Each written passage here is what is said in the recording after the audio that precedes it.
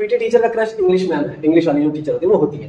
किसी बच्चे को मारते हुए ऐसे कभी आपके मन में से मतलब मुंह से गाली निकली है? बाद में पता चला कि इसने शिव तांडव याद भी कर लिया। नमस्कार दोस्तों, मेरा नाम विपिन चौहान और स्वागत है आपका हमारे चैनल में। और आज मेरे साथ है मुरारी लाल गुज्जर सर, हमारे स्कूल के संस्कृत टीचर, जिनसे मैं बहुत ज्यादा क्लोज हूँ। आज हम सर से जानेंगे स्कूल के कुछ बहुत पुराने किस्से, स्कूल के अंदर का माहौल और कुछ ऐसी चीजें जो स्कूल की जो हमें नहीं पता होती है। इस लाइफ में अपने लिए टाइम निकालना कितना मुश्किल होता है? नहीं, टाइम निकालना मुश्किल नहीं है। यदि एक टीचर के हिसाब से देखा जाए इस जॉब के लिए, तो मैं तो अपनी जॉब से बहुत संतुष्ट हूँ। बाकी लोगों को पता नहीं, मैं अपनी जॉब से संतुष्ट हूँ। 8 से 2:30 का टाइम है। अच्छा, 6.5 घंटे की ड्यूटी है, उसके बाद में फ्री है। हाँ, तो सर इस सेशन में क्या होगा कि हम मैं आपसे पूछूंगा कुछ सवाल जिनके जवाब आपको देने ही पड़ेंगे। मैं आपको जाने नहीं दूंगा बिना जवाब दिए। और कुछ सवाल ऐसे हो सकते हैं जिन्हें आप स्किप कर सकते हैं, कोई प्रॉब्लम नहीं है, क्योंकि ऑब्वियसली आप बड़े हैं तो नहीं, बड़े छोटे में तो दोस्ती वाली बात है। दूसरा, स्टूडेंट के नाते जवाब तुम्हारा बनता ही है। दूसरी बात ये, सर को बुलाने का मेरा रीजन सबसे पहला रीजन मेरा यही था कि सर से मेरी इतनी अच्छी बॉन्डिंग है कि मैं सर से कुछ भी शेयर कर सकता हूँ। तो सर मैं आपसे पहला सवाल ये पूछना चाहता हूँ कि पीटी टीचर का क्रश इंग्लिश मैम है, इंग्लिश वाली जो टीचर होती है वो होती है। क्या इसमें बात में कितनी सच्चाई है?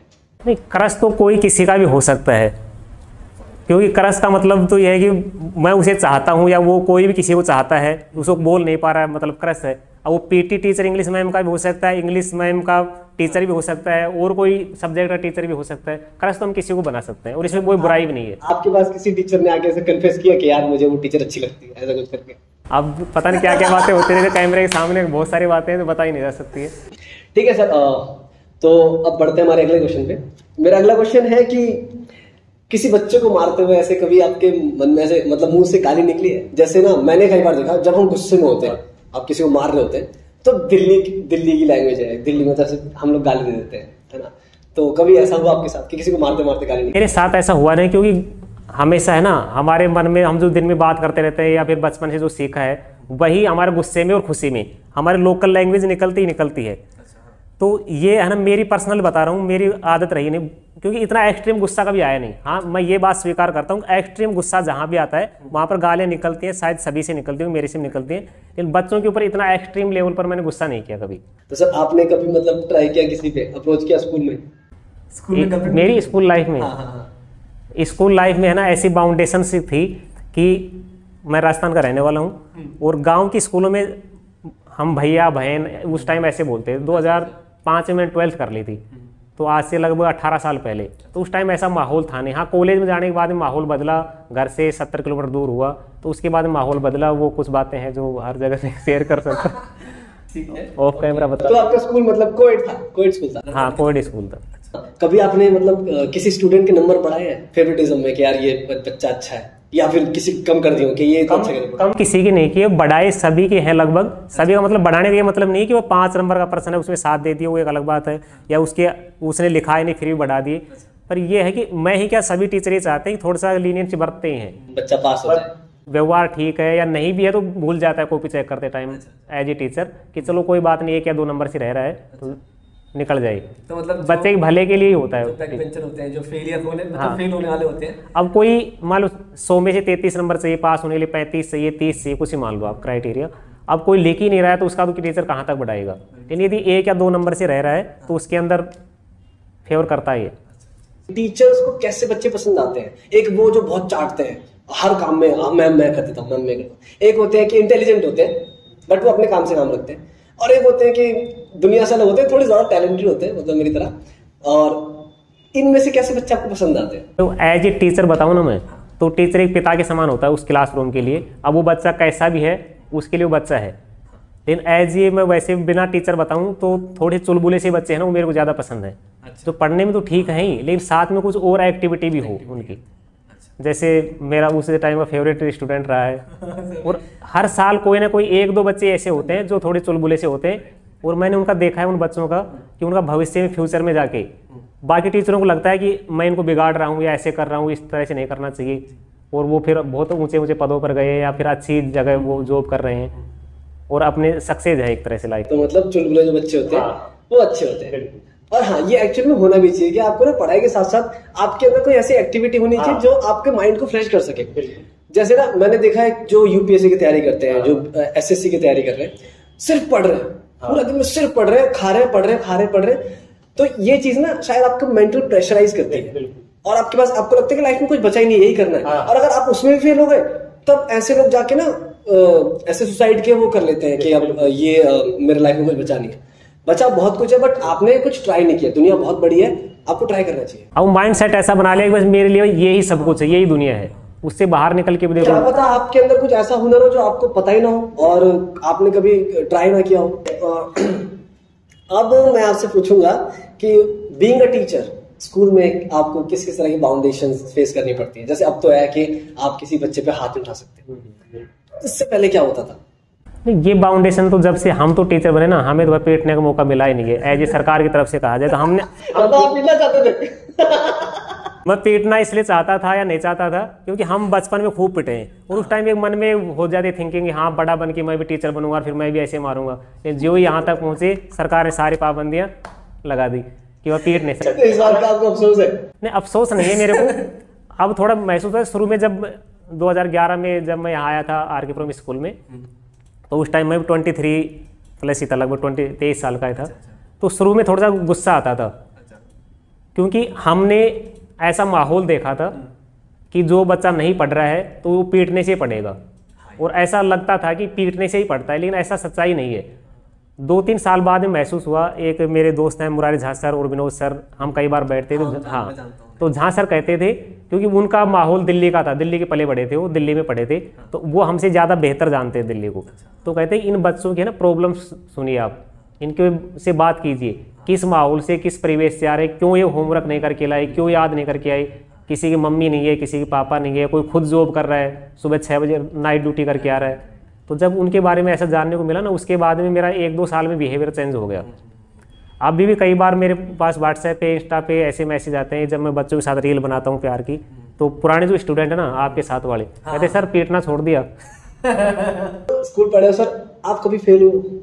नहीं, फेल होना कहते किससे, मुझे ये नहीं पता कि फेल होना ये नंबर कमाना है, फेल है क्या? मतलब हाँ, अगर मैं एकेडमिकली देखूँ तो नहीं, वो ऐसा नहीं हुआ कभी। अच्छा, ऐसा नहीं हुआ। हाँ। और वैसे लाइफ में अगर आपको कभी लगा हो कि मैं फेल हो गया, ऐसा कोई मोमेंट आया? नहीं, ऐसा तो शायद हर किसी की लाइफ में, कोई बताए या नहीं बताए, हर किसी की लाइफ में कभी ना कभी आता है। मेरा कॉलेज लाइफ ऐसी थी कि कुछ ऐसे यार दोस्त मिल गए और शुरू से एक माइंड में थिंकिंग रहती है कॉलेज में जाएंगे वहाँ मजे करेंगे। 12th तक मैं बिल्कुल ठीक था, सिंसियर था, ठीक ठाक था, बहुत ज़्यादा इंटेलिजेंट नहीं था। लेकिन कॉलेज में जाते वैसे मन में थी कि 10-12 साल से ये सोच रहे थे कॉलेज में जाके मजे करेंगे, कॉलेज में जाके मजे करेंगे। तो मजे के नाम से क्या किया, पढ़ाई छोड़ दी, पढ़ाई कम की। अब वो 3 साल निकलने के बाद में महसूस हुआ कि यार पढ़ाई तो करनी। फिर 1-2 दोस्त ऐसे मिले बीएड के टाइम में, फिर उसके बाद में महसूस हुआ कि यार पढ़ाई तो बहुत जरूरी है।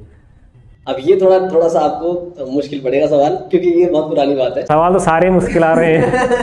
हाँ, तो ये है कि आपकी जो आपने हमें पढ़ाया, जब ठीक है, जब तब की बात कर रहा हूँ जब मैं पढ़ता था आपसे, तब की बात है कि आपकी क्लास के, मेरी क्लास के मतलब किसी भी 5 बच्चों के नाम बता दो आपको याद होगा 5 बच्चे कोई। एक तो नहीं, मेरे को छोड़ के, मैं तो यहाँ बैठा हूँ ना, आपको पता है। नहीं, मेरे को है ना हर क्लास के ही बच्चों के नाम याद है। आप ही क्लास के जैसे सचिन हो गया, गुलशन,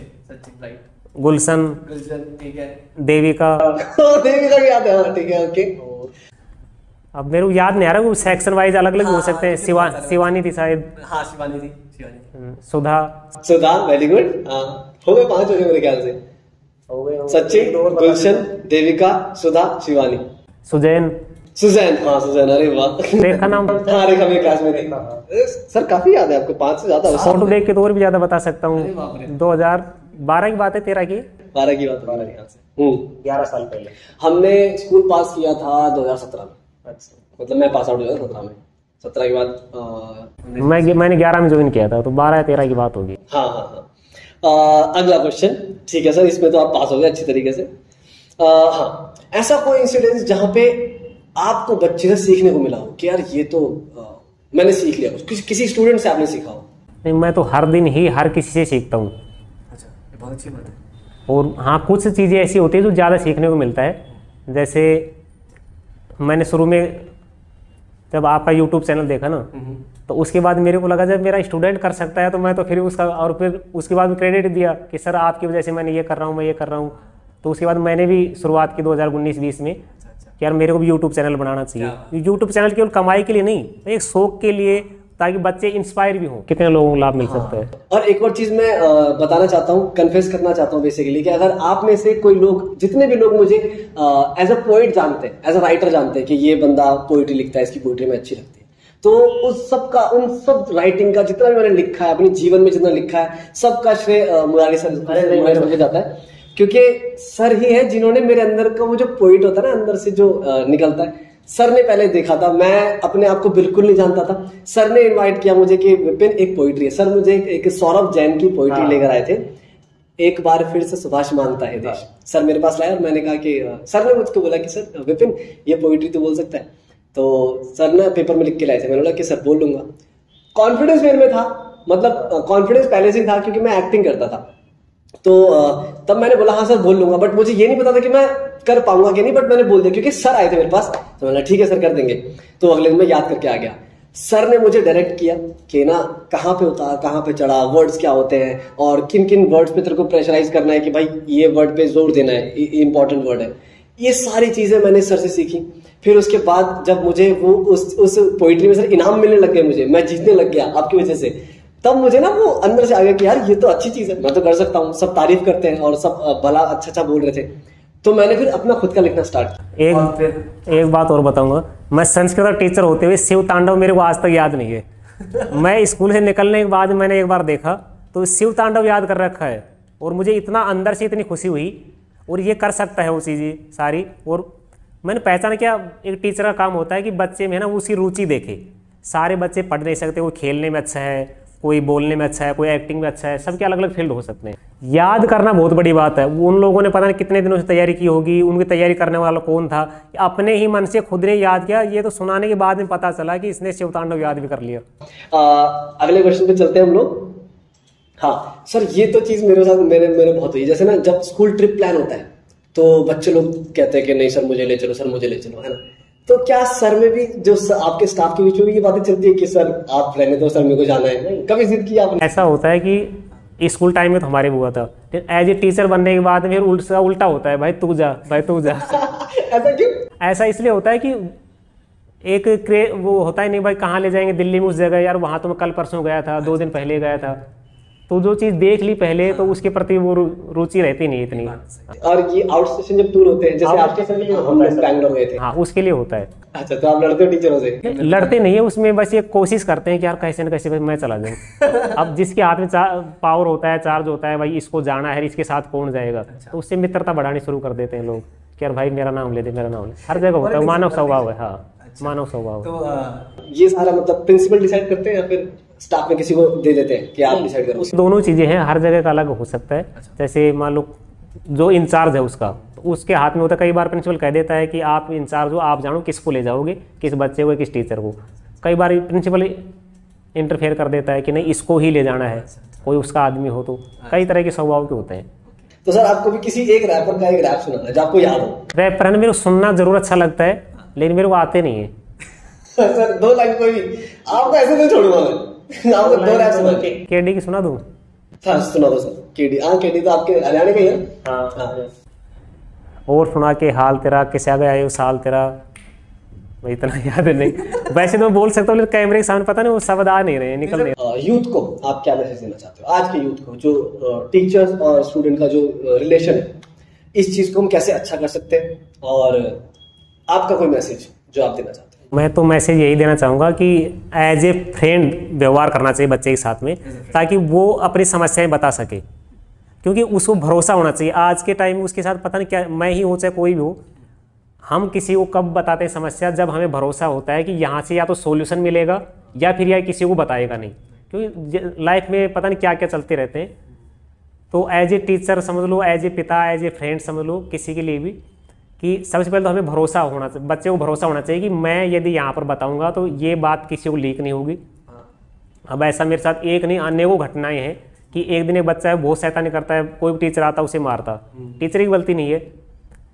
अब मैंने उस बच्चे से पूछा एक दिन, जब उसे 5-7 दिन बात की, उसके बाद उसने बताया कि उसके पिताजी है, उसने आत्महत्या की थी अभी 2-3 साल पहले। कहानी क्या थी वो मैं नहीं बता सकता हूँ कैमरे पे, कि हो सकता है वो बच्चा भी देखे। लेकिन उस सिचुएशन के बाद में यदि किसी पिता ने ऐसा कदम उठाया है, क्यों उठाया है, कौन जिम्मेदार है, उसके बाद भी वो स्कूल तो आ रहा है कम से कम, स्कूल आना ही बहुत बड़ा टास्क है। हमारे जो सरकारी स्कूल हैं, एजुकेशन बहुत अच्छी है, लेकिन जो उनका बच्चे हैं उनका बैकग्राउंड तो दिखाया। हाँ, जो है उसमें क्या चल रहा है वो भी ज़्यादा ज़रूरी है। यूथ के लिए तो मैं क्या कहूँ, मैं इतना बड़ा कोई संदेश देने वाला हूँ नहीं वैसे, पर मैं यही कहूँगा कि लाइफ है ना बहुत बड़ी है, छोटी छोटी मुश्किलों से ना घबराना नहीं चाहिए एक तो। बाकी एक किसी का विश्वास, दोस्ती, क्योंकि आज के टाइम में ना सोशल जो चीज़ है ना वो बहुत ख़त्म सी हो गई है। न कोई किसी के साथ बैठता है, न कोई किसी का दोस्त है। डिप्रेशन का कारण क्या है?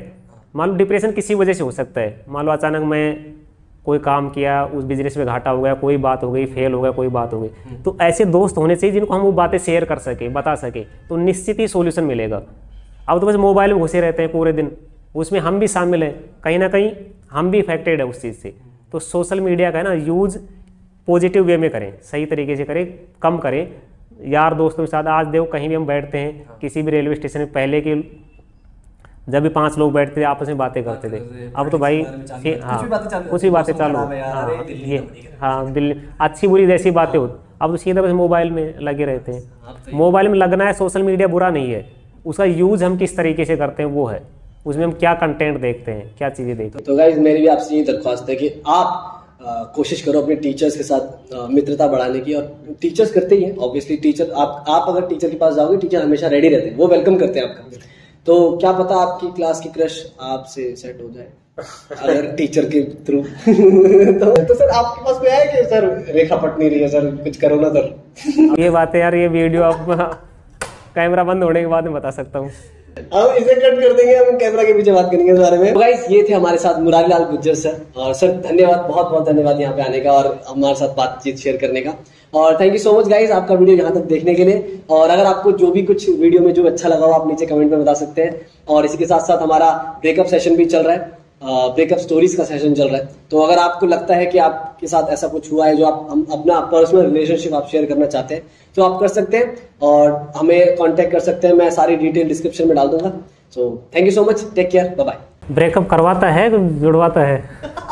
सर हम क्या करते हैं, जैसे आपका ब्रेकअप हुआ है, आप किसी टॉक्सिक रिलेशनशिप में थे और आप चाहते हो कि आने वाला यूथ उस चीज से ना गुजरे, तो हम ऐसे लोगों को बुला के उनसे बातें करते हैं जो हमें अपनी एक्सपीरियंस शेयर कर सके, और ताकि आने वाला यूथ उस चीज को सीख सके हमें। क्योंकि ना आजकल क्या होता है कि कोई कभी कभी लड़का कोई बहुत भोला होता है या लड़की कोई बहुत भोली होती है, जो ना समझ नहीं पाती कि ये एक टॉक्सिसिटी है एक पर्सन की। जैसे होते ना कि तू यहाँ क्यों जा रही है, वहां क्यों जा रही है, कुछ लोग ऐसे होते हैं, या लड़की भी ऐसी होती है कि मुझे तेरे पैसे से मतलब है। बहुत सारी ऐसे कहानियां हैं, बहुत सारी जो हमें पता नहीं है, तो मैं उन कहानियों को सामने लाके उन पर बात करना चाहता हूँ। बहुत अच्छी पहल है। तो ऐसा ही कुछ, तो अभी हम कुछ शूट भी कर चुके हैं और आने वाले कुछ भी अभी लाइनअप है हमारे में। तो गाइज आपको अगर लगता है कि आप शेयर करना चाहते हैं तो प्लीज हमें कॉन्टेक्ट कीजिए। थैंक यू सो मच, धन्यवाद।